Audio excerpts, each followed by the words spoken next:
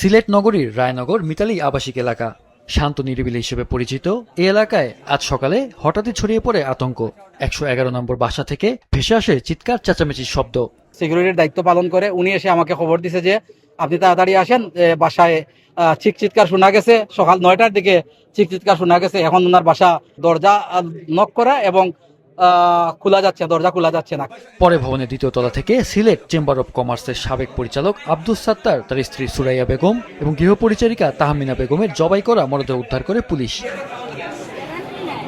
স্থানীয়রা জানান, আব্দুস সাত্তার ও সুরাইয়া বেগম ছিলেন শান্ত স্বভাবের ও এলাকায় পরিচিত মুখ। তাদের সন্তানরা যুক্তরাজ্য ও যুক্তরাষ্ট্রে বসবাস করেন। হঠাৎ এমন নৃশংস হত্যাকাণ্ডে হতবাক স্বজন ও প্রতিবেশীরা। আমার নানা ৪০ বছর ধরে এই মেটানিতে বাসা করছেন, কিন্তু আজ ৪০ বছর পরে তাদের খুন হইল, আমরা কেউ কিছু হইতে পারি না। অত্যন্ত একজন ভালো মানুষ ছিলেন। আমাদের সর্বপ্রথম মিতালির নিবাসী উনি, প্রায় 45 to 50 ইয়ার্স ধরে উনি আমাদের এলাকায় আসেন। এত পাশাপাশি এত বাসা বাড়ি থাকা সত্ত্বেও এরকম ঘটনা ঘটে গেল, এটা তো অবশ্যই শঙ্কিত আমরা।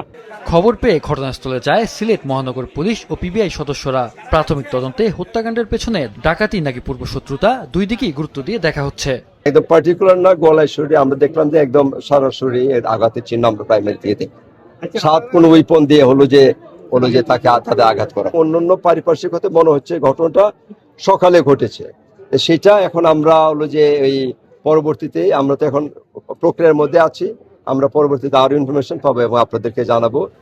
নৃশংস এই হত্যাকাণ্ডের পর রায়নগরের পরিবেশ থমথমে। দ্রুত হত্যার রহস্য উদ্ঘাটন এবং জড়িতদের আইনের আওতায় আনার দাবি স্থানীয়দের। মাহফুজুল হাসান, মাছরাঙ্গা নিউজ ডেস্ক।